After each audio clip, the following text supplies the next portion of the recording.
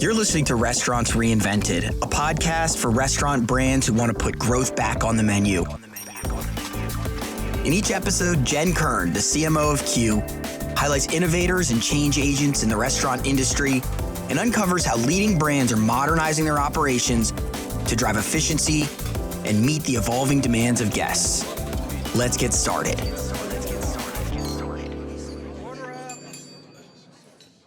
Good morning, everyone. Welcome to Restaurants Reinvented. This is Jen Kern, and today I have another on-fire, fabulous female coming onto our show. Her name is Kerry Fitzmaurice, and by way of a quick introduction, Kerry started her career as an environmental economist. We'll learn a little bit more about that later.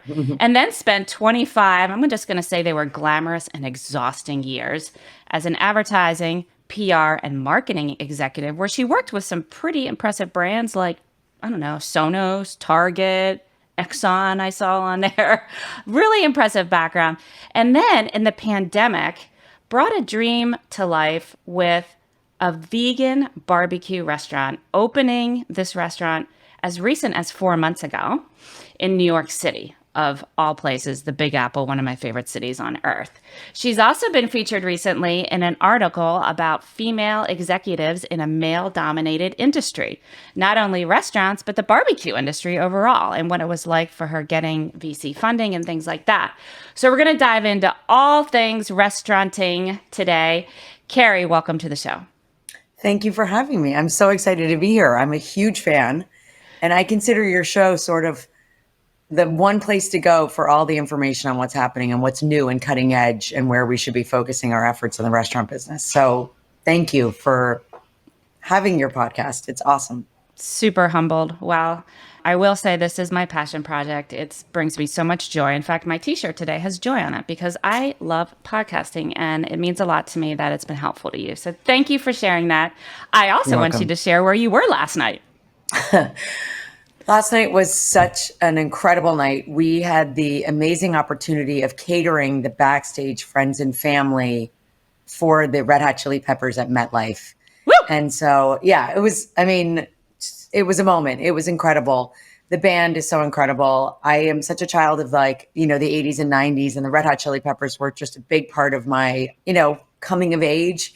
And to that full circle moment of coming back and actually being able to feed them our food and have them love it, I can't explain it. It was amazing. And then to stay and watch the show, and I'm still on a high. Let's just put it that way. I'm still on a high that I had that incredible opportunity to serve them. It's like such an honor. Oh my gosh. Well, congratulations. That's huge. Thank you. I mean, listen, you've only been in business a few short months, and I know you're out there really hustling, grinding, and working and trying to get your brand and your amazing, very unique and distinctive food in front of people, and to get entrance into something like that. And I love concerts. Like, I love music and live performing and all that good stuff. And what was your favorite song, by the way?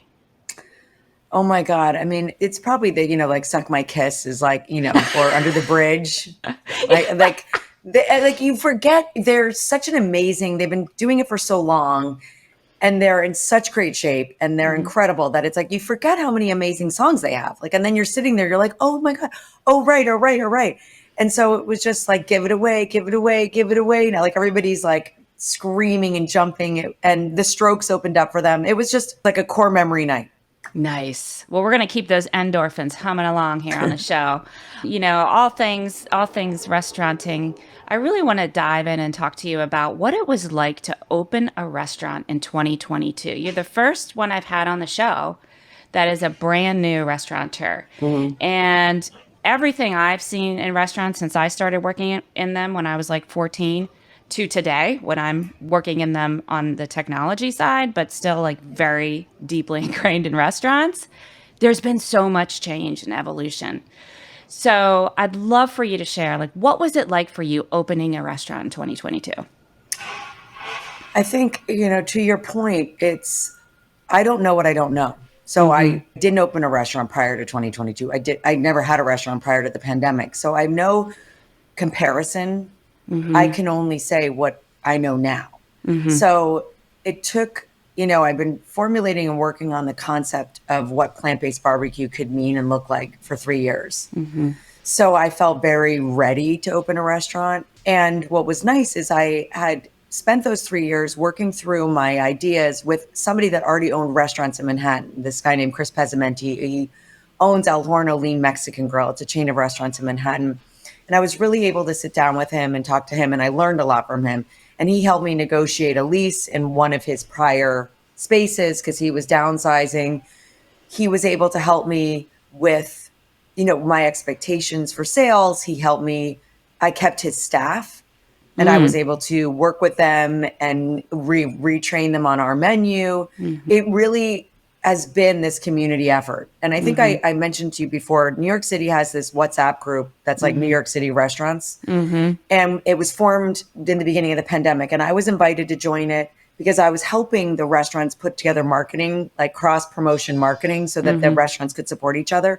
So we were helping them with assets, but we were also asking for advice, and we were listening and figuring out, hearing their problems, and then also trying to learn from them. So it's really been, to your point, it's like, this is an incredible community and we all want to help and support each other. And I've only felt that from day one.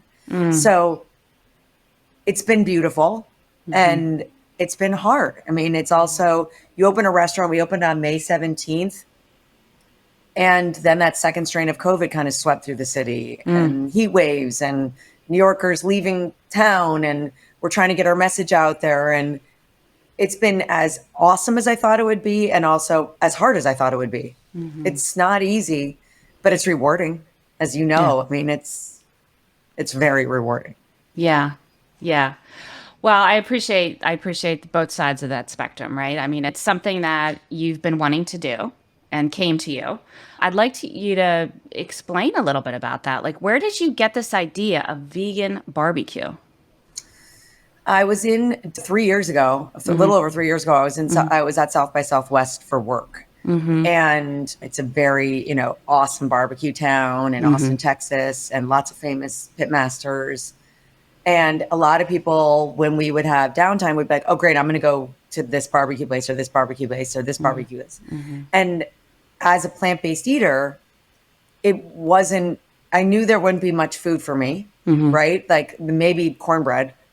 But a lot of times the side dishes even have animal products in the side dishes. And I just felt excluded because I felt like everybody's going to go and they're going to share all this food and sit around a table and talk about the day or plan for tomorrow and eat delicious barbecue and get to know each other better. And I felt like, wow, I'm excluded because what am I going to say to everybody? Come on, let's go get a salad. Like, no, I'm not. And so I really felt like, what if there was a barbecue that was inclusive, that was inclusive to not just, all eaters and all dietary restrictions, but just even in the way we talk.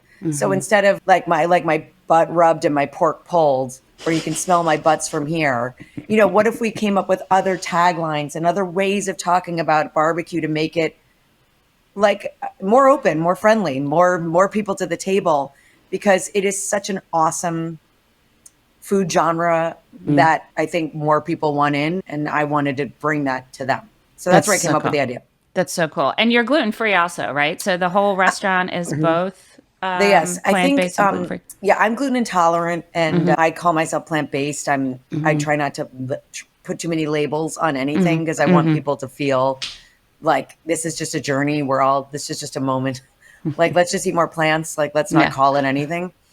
But yes, so if you are a vegan, let's say you're a vegan and you're gluten intolerant or gluten free, it's really hard because a lot of proteins for vegans are made out of vital wheat gluten, which can be really hard on people's systems. So a lot of like Monk Meats is an incredible vegan barbecue place in Brooklyn. They smoke everything there, but it's all seitan. So it just makes it difficult. And so we really just wanted to see if we could come up with a solution that was both, because then we felt like we could invite more people. You know what I mean? Like, we get so many people that come in that are omnivores, but come to Pure Grit because they know that it's gluten-free and they don't have to worry. So it's like just trying to invite more people to the table. So that's kind of why we did it. And it's not hard to do. You just need to think. Like we have gluten-free cornbread waffles. We use an incredible gluten-free pasta in our mac and cheese that you wouldn't even know any difference. And then we use daring chicken and impossible meat as our alternative proteins, both of which are gluten-free. Awesome. Awesome. So you're at South by Southwest in what year? Like 2019, 2018? 2018, I think. Yeah. Okay. And you're feeling like, wow, there's this awesome like food moments happening. I can't really participate. That stinks. Right. You get this idea. You come back. What next? Come back to New York. What I next? came back and I did I started thinking about names. I mean, the name that came to me in the moment, I was like, oh, we'll call it No Bones Barbecue. Like, I thought that was so funny and a play on words about authenticity. Yeah. And I came back and I immediately started doing market research. So a friend of mine had a market research company. So we started thinking like, is there an addressable market? Is there a niche in the market? Will anybody buy this food? Does anybody care? Yeah. You know what I mean? And so we were just trying to figure out the market. And then I went to a trademark attorney and realized I could not get No Bones Barbecue because there was a place in Chicago called No Bones Beach Club. Mm-hmm. So I was like, oh my God, what am I going to do? And I went to Dallas Barbecue here in Manhattan and I got a margarita, and then they'd give you a tiny Corona that you put upside down in that margarita. It was that kind of day. And I sat there drinking the margarita. I think I was eating French fries because that was all on the menu I could eat. And I was like coming up with names, and Pure Grit BBQ just popped into my head. And I called my trademark attorney, and we actually, Jen, we found out yesterday, it's official. We own the trademark. It's official. We got all the paperwork. It took a couple of years, but everything's official now. We own the name. Awesome. And then how did you pull it all together? All the pieces. You need a chef. You need help, right? Yes. So I got this awesome vegan chef named Nikki King Bennett. She was on Bad Vegan. If you watched on Netflix, she was the head chef of Pure Wine and Food. Mm-hmm. And she helped me with all the side dishes. Then I found a pitmaster in Staten Island to help train me, like help me smoke different vegetables and alternative proteins. Mm-hmm. Then I found a Hell's Kitchen hot sauce in Long Island City that helped me produce and bottle my barbecue sauce and my hot sauce. Mm-hmm. And we would meet in parks because of COVID, and we would talk over the phone. And we just pulled together what I thought was a super craveable menu. Mm-hmm. And then I was on Instagram and I came across this woman named Emily Hirsch, Chef Emily Hirsch. She was competing in Hell's Kitchen Young Guns. And she's from San Antonio, Texas. And I was like, she's perfect. She's 25. She's 26 now. And we started talking. And I literally said to her, would you come to New York and just do a pop-up with me and see if this gels? She's like, sure. She got on a plane, came to my apartment, not knowing me, and stayed with me for a week. Wow. And we just sort of we're like, let's do it. And I have a great partner in this woman named Jenny Mark, who helps with all the creative marketing, the brand ethos, brand pillars, how we talk, how we go to market. So we have this incredible female team. And then what was your inspiration for the menu? How'd you pull the menu and the different items together? Like, talk to me about I mean, I wish I'd have eaten your food. I haven't. I follow you. I've had your sauces, which are sitting behind you, which I love, and they're quite good. And I'm gluten-free, so I really appreciate that everything's gluten-free. Yes. I see your amazing pictures on Instagram. Thank you. But where did it start? Like, what were the main dishes, and what's your top selling item? It's funny, when we were coming up with it, when I had this idea 3 years ago, Impossible, Daring wasn't even on the market, Daring Chicken. Impossible wasn't even at retail, mass retail. So we were smoking sweet potatoes, beets, tofu, tempeh, and really trying to, and then we did traditional sides. That hasn't changed. Coleslaw, broccoli salad, which Emily came up with. It's awesome. Potato salad, and baked beans. We make our baked beans with black beans, which is the only major difference to the world, you know what I mean, around us. Yeah. That was the mains. So as we came closer to market, Impossible came out and Beyond came out. So I started testing them in the smokers.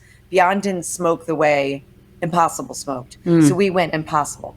Okay. So then we started testing Impossibles. We didn't crack our Impossible that we sell in store until we went to Pig Beach, had an event, a charity event. And we went and we didn't know their ovens. We smoked our Impossible, what we call cut, but it's like a brisket. We put it in their ovens to finish it. And Emily and I got distracted and the oven was really hot. We burned it. Burned it. And we took it out and we were like, so I said, it's going to be fine. We slathered it in barbecue sauce. I wrapped it in tin foil and I put it in a hot hold with a water pan. Okay. Or a warm hold with a water pan. And it sat there for 2 hours while we finished other parts of the event. We come back to it. We open it up. It was so good, and it's sliced like meat. So we learned a new way of cooking it from an accident, and now that's how we cook it every single time, and it's our number one seller. You burn the heck out of it. After you smoke it, Yeah. You burn it and then it crusts. Yum. So it's like the burnt ends that you get Yes. at the barbecue places, which I love. And they're so But it was like fattening. happenstance and like a lot of practice. And now it's like we got it down and it's our number one seller.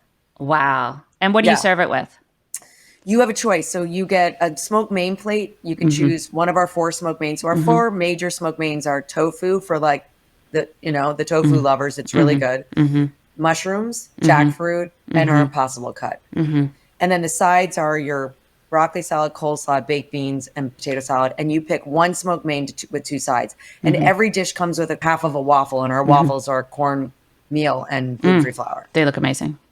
And then you can get fried chicken, which is our fried daring chicken. You can get that as part of a plate on a sandwich as a tender. And that's our number 2 top seller.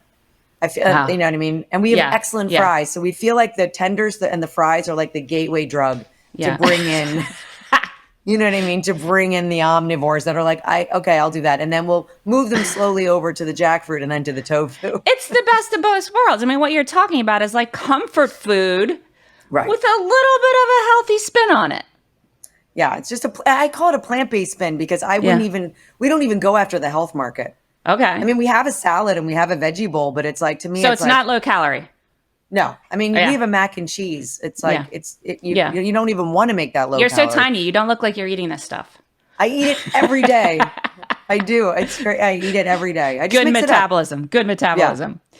Hey, well, so we have this mutual friend now, Rev Ciancio, that I introduced you to because you're both in New York. You're both restaurateurs and entrepreneurs and marketing folks. Yep. And Rev, don't get mad at me, but I'm just going to go out on a limb and say Rev was very dubious of eating vegan because I think his concepts are like, I mean, he's like a meat guy. You see him on Instagram shoving huge hamburgers in his mouth with these funny expressions, eating pizza loaded with every type of animal you can imagine. Yes. And he ate recently at your barbecue place. And what happened? What happened? It was first of all, he's so high energy and he's so fun. Yeah. And I mean, if you guys watch his Instagram or TikTok, I mean, he talks a mile a minute. You think I talk fast? He's And he was very honest. I mean, he came and he ordered almost everything on the menu. And he really, I love that he gravitated towards the jackfruit. Like I thought he was going to gravitate towards the impossible cut, but he went crazy for the jackfruit. And it was so nice. I mean, he made a video about it. He's made a TikTok about it. He's been so incredibly supportive. It's been amazing. And that to me is the win. It's the person that might eat a burger later or a steak later or chicken later that comes in and dines with us once a week. You know what I mean? That's like, you don't have to label it or call it anything. It's just delicious food. And I'm going to eat that for lunch today or dinner tonight. And that's sort of what my point of view. Right. Right. And I originally thought, and maybe I'm wrong, maybe I'm right, I don't know, you tell me, that this type of concept being vegan and gluten friendly is very female oriented, right? Like me, like I would love to try it. I wouldn't have any hesitations to try it. My husband on the other hand might be kind of like a Rev, like I don't want to go to a vegan restaurant tonight. Right. I mean, like, because let's face it, like most of the vegan restaurants out there haven't done a great job. But is it really female led? Is your demographic mostly female, or how's it breaking down? It's funny, when we came up with this idea, people were like, oh, like Tribeca, like Tribeca moms. I was like, no, it's because like to what I was saying before, it's plant-based, but it's comfort food. I mean, it's potato salad, it's coleslaw, it's baked beans, it's, fried chicken, French fries. So we have seen a very diverse demographic. I mean, and when I say diverse, I mean truly gender, race, age, all of the above. So we get a pretty large swath of people coming in for many different reasons. Like we had a boyfriend and girlfriend come in yesterday and he eats everything. She's celiac. Her dream was to come to Pure Grit, not so much for the plants, but because she knew that she could have mac and cheese that she's like, I have not been able to have because nobody cares. You know what I mean? Or it's not. And so she came in, they ordered everything on the menu and it was so cute. They were just moving in together and it was just like a big moment for them. And I was so glad to share it with them. And she looked at me and she goes, this is the best meal I've ever had. And of course I burst out laughing because I was like, come on, like you're crazy. And she was like, no, genuinely, we will be back. This was lovely. And Jen, this is why we do it. It's just like, the days that are so hard when you're like, you're not making your sales numbers, you know what I mean? Or somebody's unhappy. And then to hear that, you're just like, okay, it's the universe telling me I'm okay. I'm on the right track. It's going to be okay. You know what I mean? You really need to be in the restaurant. The days when I'm away from the restaurant, I can really get bogged down on the reality or the numbers or like driving numbers and then stressing about, you know, all of that stuff. And it's like, you really got to get into the restaurant. You talk to your customers and you feel the vibe and it changes everything. Yeah. Yeah. Well, that's the beauty of having just one, right? Yeah. You're not trying to spread yourself out across, you know, for now. Maybe you'll have more. For now. We shall see. I mean, the hope is. Yeah. Okay. Okay. What is the service type? Are you do you consider yourself fast casual? Are you table service? Do you bring the food to the tables? Right now we're fast casual. Okay. You come up to the counter, you order, and then then you go sit down and we'll bring it to you. Okay. Because we're small. We have 18 seats inside, less 16, and then 2 picnic benches outside. Okay. So we're little. We're small. Small but mighty. Yeah. So we've applied for beer and wine. We're still waiting to hear, but that's the hope. So maybe we can get into a little bit more of a table, you know, come to the table to take your order in the evenings. Right. But right now we're counter service but there's a lot of intimacy there because we bring the food, we'll have a conversation, we'll clear the tray. So there's a lot of connection there. Nice. Nice. And how is it going? How are your sales? How's it been? It's been 4 months, right? 3 months. Okay. So it's too early to really say much. It's too early to really say. It's been, what I like to focus on is the reviews have been outstanding and the food is great. And we've been working really, really hard on labor costs and food costs. Okay. Because, you know, pricing, I mean, you know how to price, but it's also like the elasticity of the market. What neighborhood are you in? We had this really wide menu and then we were like, okay, yes, we can make all those things, but the paradox of choice is too much. Like, let's pare it down to the essentials, you know, like the top selling salads, sandwiches, and smoked mains. And then if you, Jen, had been coming in and you've been getting a side of fried onions, that's no longer on the menu, but you can tell me, can I get a side of fried onions? And I'll get it for you. Do you know what I mean? Versus like having everything on the menu. And then we also thought through, we're right next to Baruch, which is a college, and then a high school called School of the Future. And vegan food's expensive. Yeah. There's nothing I can do about it. It is. But I can give you a really good salad and a really good veggie bowl at a price point you can afford. So you can get a veggie bowl for $12 and a loaded salad with quinoa and all these smoked veggies for $15. And trying to work within that and offer student discounts. We have the armory right next to us, so a military discount. We have a police precinct, so we do a police discount. And we really are reaching out to those communities. It's a work in progress. Yeah. You know, and everybody seems to have left for the Hamptons or, you know, the Hudson Valley or the Jersey Shore. Yeah. And so we're really kind of excited to like really push through fall. And there's an amazing barbecue event called Pig Island in Staten Island. And we're going to be the only vegan vendor. So we'll be doing our pulled jackfruit as for our booth. And then we're doing a huge vegan festival. So you can see the dichotomy, right? We're going to Staten Island to a Pig Island. To talk to the omnivores. And then we're going to go to Vegandale and we have a booth at the end of the month. It's the largest vegan festival in Manhattan. They're all over the country. Right. And it is a ball. I mean, you want to talk about the vegan community? Yeah. I mean, people wait in line for 3 hours. People bring like little bags with Tupperware so that they can buy and take home with them from all the vendors. Yeah. It's an amazing party and we cannot wait. That's going to be super fun. Well, this vegan category is getting pretty trendy with the whole Kevin Hart and the Hart House concept, which just launched. So awesome. What do you know and think about that concept? I love it. I was out in LA and met with the team that's doing Hart House. And I was so excited today. I woke up and you know Franchise Magazine? Yeah. Franchise. Yeah. So they did a huge article on the launch of Hart House. And throughout the article, our chef, Emily Hirsch, is quoted as to her perceptions on what it means, what it stands for, who are we speaking to, who are we drawing in. And so that was exciting because you know everybody's going to read that article. Yeah. And so it's great that like we have a little presence in it because I think it's amazing. And like he really wants to make it affordable. So they're going after, you know, mass affordability. And I think that's going to make a huge difference when people are making choices and inviting them into understanding that it's just delicious food. Right. Is their menu similar to yours or is it very different? No, it's just burgers. It's really more similar to any vegan, it's like burgers. I don't know if they're doing a proprietary burger blend or if they're using a Beyond, you know what I mean? I'm not quite sure. But I think their culinary director came from Burger King. Oh, wow. So they're going after fast food, QSR, McDonald's, look out McDonald's is what they're going for. But one thing is we love Tractor beverages. If you guys haven't tried Tractor, they're amazing. And we carry Tractor and they carry Tractor. What is Tractor beverages? We got it through our broadliner, and it's like an organic juices, and they have 12 to choose from. And then we tasted all of them and we chose our 4 that we liked. So we do limeade green tea, mandarin cardamom, and hibiscus. Yum. And you can choose any of them, but it is so delicious. And Hard House has them also. And so those are the biggest similarities. We both carry that. It's a cold drink, I assume. It's a cold drink. Yeah. It comes in a bubbler, and it's delicious. Oh, it sounds really good. Tractor beverages. It's good. I wrote it down. It's good. I wrote it down. Oh, good. So you touched on a few times now, food cost, obviously inflation. It's tough. Yeah. Supply chain, getting, quality food as a fast casual within a good price point that people will still want to afford it. Yeah. And getting the right percentage, which if you can share, I'd love to hear what is your percent of sales to labor, right? How are you managing all of that?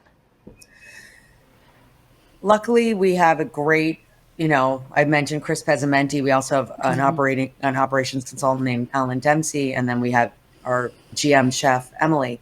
So it's sort of, the supply chain issue really hasn't affected us except for packaging.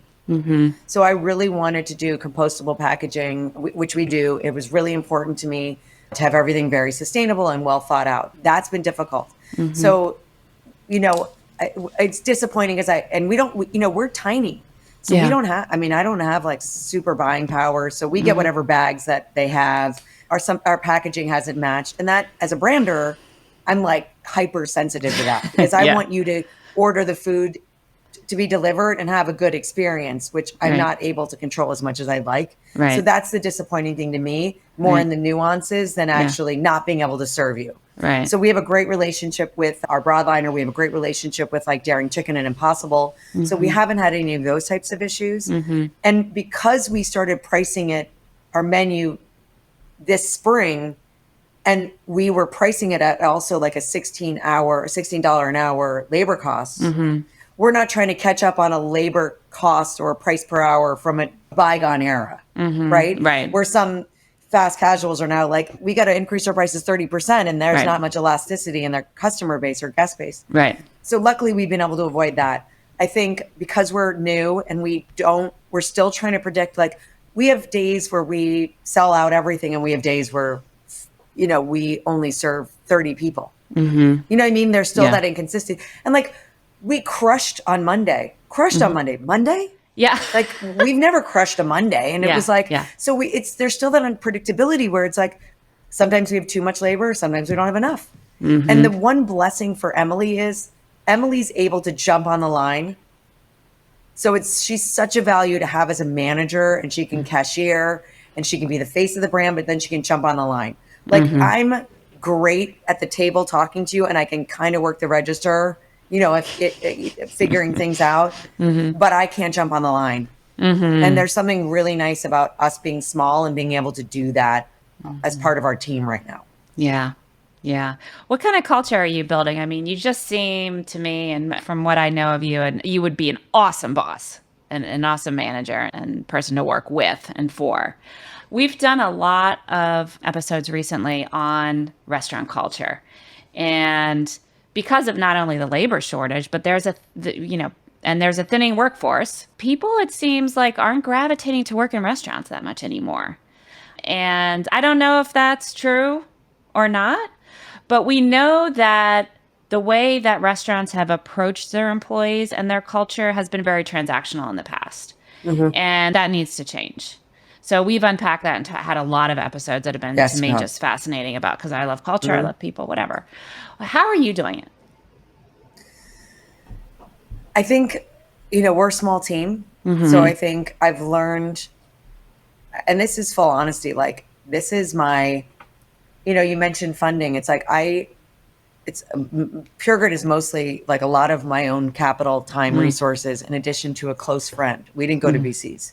Okay. And so it is, when I say bootstrapped, I mean, it is bootstrapped. So all the things I want to do and your awesome, guests talk about, which is like a stipend to go learn something new or, healthcare and all of the other things. That is my dream and aspirations for this brand as we grow. Today, that's not a possibility, although I want it to be a possibility. So all I can do is listen, respect, understand. And my thing is like, I'm learning how to calm down, right? It's my baby. It's my passion. I love it. And like, I tell the story and this is not, don't judge me, Jen. But like when I was a baby, when I was a little kid, this is our family iconic story about me. We had a gerbil. I loved that gerbil. Dude, I had gerbils. Okay. I loved it so much. Why do you think I would have judged you for that? No, because I killed my gerbil. I loved it to death. I did too. Did you really? Well, go ahead. Tell your story. Good Lord. I would like go like this. I'd love it. And I'm like, what was it, Of Mice and Men? I literally just like loved it so much. I strangled it and killed it. And I didn't know I did it. I put it back in the cage, and I don't know if it was one of my sisters or my mom was like, Kerry just killed the gerbil. So that's like a story that's in the back of my mind because, I'm sitting at Pure Grit. I'm like, are people coming in? How's the food good? Have you tried the food? Is it good? What are the sales? Blah, blah. And then it's like, calm down, breathe. Breathe. It's all going to be okay. All we can do is serve delicious food and treat everybody with kindness and respect, and everything will fall into place. Amen. Amen, sister. Okay, can I tell my gerbil story? Yes, please. I hope you're... I can't believe we both had gerbils. That is freaking... We are from the 60s or 70s, whatever. I'm not going to say how old you are because I don't know. But I was born in 68, just saying. I was born in 69. Okay, all right. I had pet gerbils, and I didn't love them that much, though. Like you did. I mean, I liked them. I thought it was fun watching them go around the wheel and stuff. Of course. And the habit trail. Yes. Okay. Here's the deal, though. My dad didn't like to pay for heat in the house. He was cheap. It was the 70s. Loved my dad to death. But he would not turn the heat on in the winter. I mean, he'd turn it on, but the lowest possible level. Of course. Grab a sweater. Stinking went to school one day, came home, and my gerbil was frozen to death. Rock solid. Yep. Oh, my gosh. Have you forgiven your father?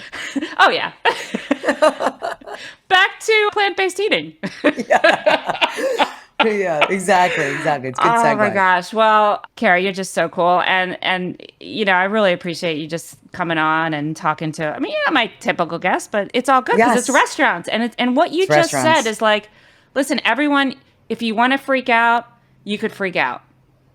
Everyone, whether you're running a restaurant or you're running a tech company or whatever you're doing, or you're just working. I mean, there's always plenty of things to freak out about, but it's not helpful. It's not helpful to anyone. And I've had to do that too in my style of work, is just really calm the heck down. And, I think it's common for a lot of type A type people, but also you get to our age, not saying that we're old because I don't feel old, but you just realize like, what's that all about? Like, what's like, that's like pride and ego and stuff. Exactly. Achievement and all that kind of stuff. It's like, no, I think I'll back off of that. I mean, restaurants, it's a lot of vulnerability.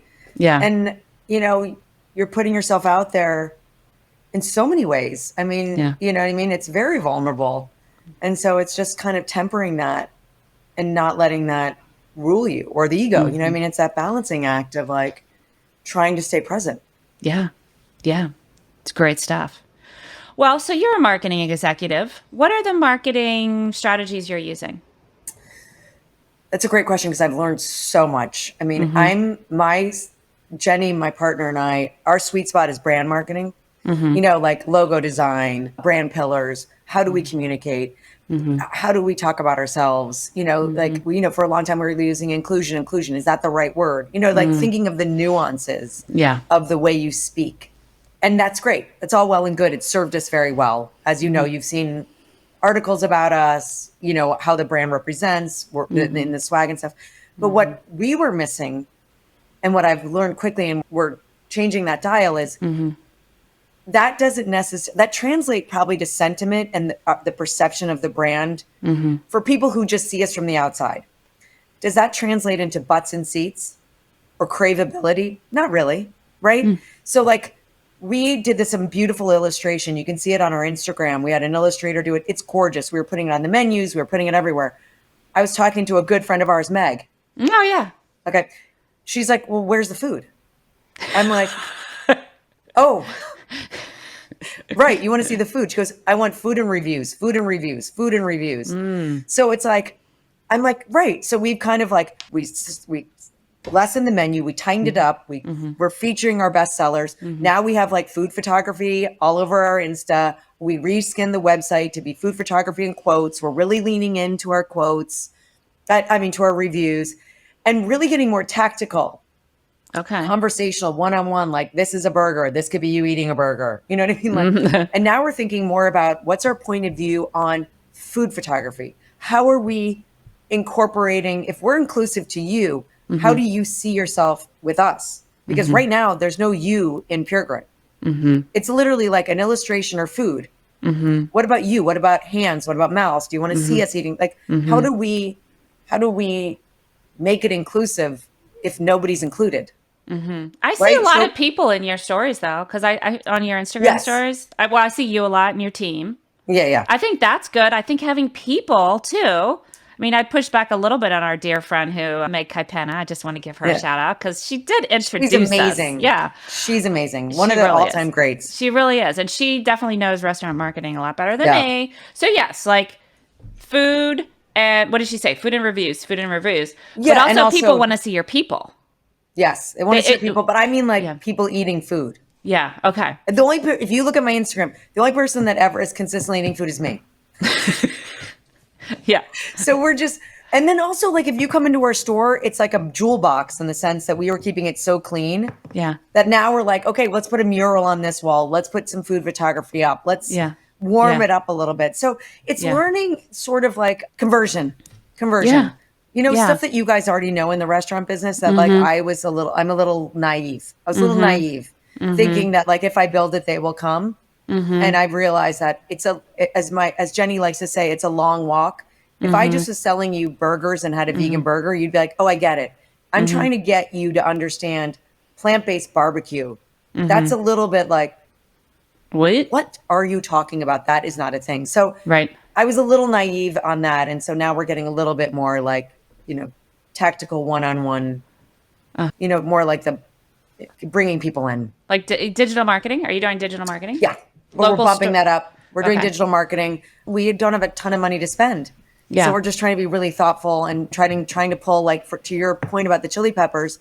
A friend of mine is a part of the chili pepper family. And I leaned on her and she said, her name's Nancy Mack. She's an amazing woman. She's like, I want you to blow up. I want to take care of you. I want to help. How can I help? And it's like, when you're an entrepreneur and you're new, I can't say that enough. Those calls, those friendships, those people that just say, what can I do? How can I help? And she could have just said, oh, you know what I mean? Like, come to the concert. But she was like, how about catering? We're going to cater. Okay, we'll figure out a way to get you to cater because there's union rules and this and that. Like the people that go the extra mile to be like, I'm going to call you. Like a friend of mine called and she ordering a catering job for Facebook. She works there. Like those things matter. And people don't realize that the individual, you have so much power to support small businesses and entrepreneurs. Yeah. Like you matter. I can say to all of your listeners, you matter. You for sure matter more than you ever could possibly know. Right. Well, you're in a great area. I mean, New York City, you're Upper East Side, right? Gramercy. We're you're Gramercy. 24th and Lexington. Yeah. Okay. Gramercy. So you're Gramercy. I mean, the community, the local area, that type of, it's typically called local store marketing, right? Like leaning into the community. You've told me some pretty cool stuff you're doing. Like you pitched the Mets. Yes, we did. We pitched the Mets. We're really excited. We haven't gotten confirmation yet, but that was super fun. And we're pitching Barclays.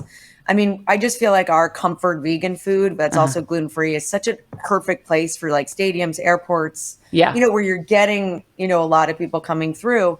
And so we're really, hustling that in addition to just, you guys, if you come by the restaurant, you'll probably see me with a menu passing them out. We're sampling out front.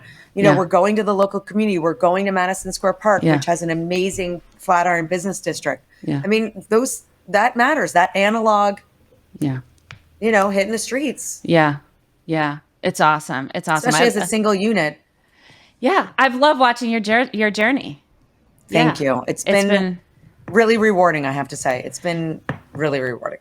How would you like to ask anyone that's listening today for help? What would you ask if you could just throw out a request and say, contact me if? Contact me if you love barbecue, you see the value in the burgeoning plant-based, fast casual arena, because I feel like there's tremendous growth there. Mm-hmm. And, we're bootstrapping for now. So I would love to find a strategic partner, somebody that has all the attributes I don't have and wants to join us on this wild ride, because, we're only as good as our community. Yeah. And so that would be incredible. Yeah. Okay. Everyone, contact her if you fit that category. Yes, I know I fit into some of those categories for sure. So it's been such a pleasure getting to know you.